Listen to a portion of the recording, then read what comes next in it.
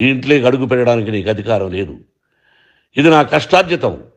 మా నాన్నగారు 10 రూపాయలు 10 పైసలు కూడా ఇవ్వలేదురా. మంచి జన్మనిచ్చాడు మా నాన్నగారు. మద్రాసుకు వెళ్ళి వీధుల్లో అడుగు తిన్నాను రా. ఒక పూట కూడా భోజనం లేకుండా అడుగు తిన్నాను రా. న్యాయంగా మోహన్ బాబు తిడతాడు కొడతాడంటారు కానీ మోసగడనం లేదురా. నీట్ పార్లమెంటేరియన్గా బయట వచ్చాను రా. నువ్వు నా పరువు ప్రఖ్యాతులు మంట కలిపావు. ఏమిటి నేను చేసిన అన్యాయం? నీకు జన్మనిచ్చాను, అదా నేను చేసిన పాపం. అందుకే ఇది నా ఇల్లు అన్నావు. నువ్వు నీ ఇల్లు కాదు. నీ కష్టార్జితంతో నువ్వు సంపాదించుకున్న ఇల్లు నీది. ఇది నా డబ్బు, నా కష్టార్జితం. నా కష్టార్జితంలో నేను పిలిస్తేనే మీరు ఇంట్లోకి రావాలి. అటువంటిది పోగొట్టుకున్నావు నువ్వు. ఆస్తులు అంటావా? ముగ్గురికి సమానంగా రాయాలా లేదా అది నా ఇష్టం.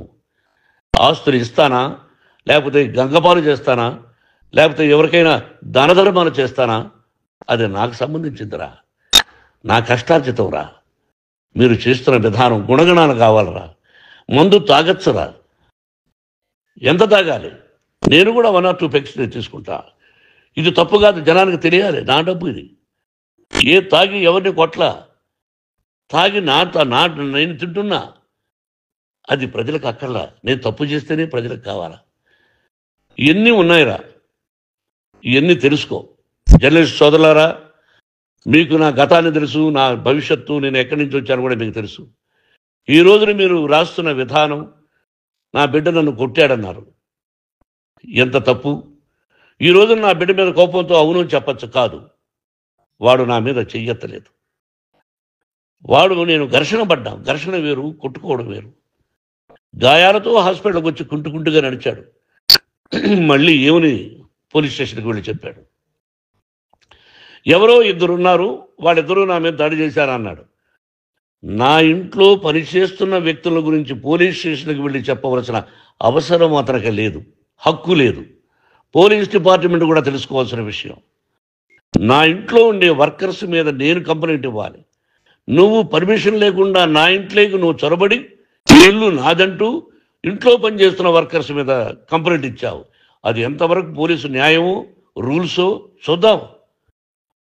పోలీస్ డిపార్ట్మెంట్ ఇంటికి వచ్చింది. వాళ్ళకి రాశాను ఉత్తరం. అయ్యా, నేను సీనియర్ సిటిజన్ని, నాకు రక్షణ లేకుండా ఉంది. నా బిడ్డ వల్ల నా ఇంట్లో నుంచి నా బిడ్డను పంపించేసి ఇది నా ఇల్లని.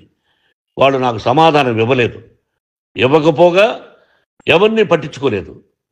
ఇప్పుడు పోలీసు వాళ్ళు వచ్చి ఏమండి రూల్స్ ప్రకారం నా బిడ్డ ఇంట్లోకి రాకూడదంటే మాకు హయ్యర్ డిపార్ట్మెంట్, హయ్యర్ అథారిటీ వాళ్ళు ఫోన్ చేశారు.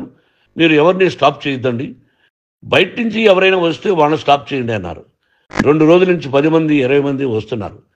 వాళ్ళు అలా చూస్తూ నిలబడ్డారు. వాళ్ళు ఫోటోలు తీసుకున్నారు, వాళ్ళ మీద మళ్ళీ వదిలేస్తున్నారు. ఎవరిని నిందించాలి? But I give respect to the police department.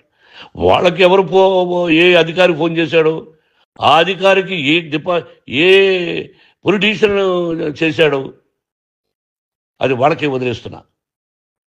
కాబట్టి వాళ్ళు పోలీస్ కంప్లైంట్ ఇచ్చినా కూడా మేము సంబంధం లేదని అంటున్నారు. కాబట్టి నేను నా బిడ్డను నిన్ను నాపు చేస్తున్నా. నువ్వు ఇంట్లోకి వచ్చే అధికారం నీకు లేదు. నువ్వు వచ్చి నీ బిడ్డను తీసుకెళ్ళు. సంతోషం.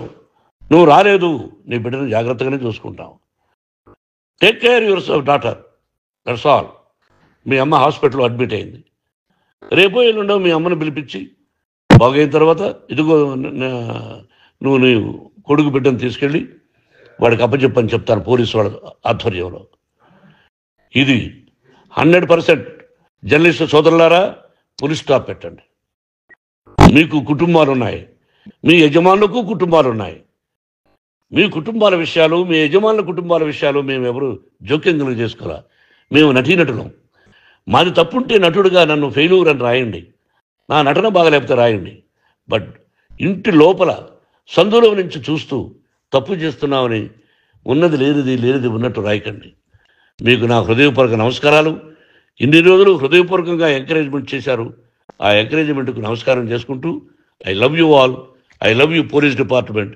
మీరు న్యాయంగా ధర్మంగా నడుచుకోండి, ఎవరికి తొత్తుల్లాగా ఉండొద్దండి అని మనవి చేసుకుంటూ నేను సెలవు తీసుకుంటాను. Thank you very much for all the journalist. ఇక్కడ ఫుల్ స్టాప్ పెట్టండి. Thank you very much.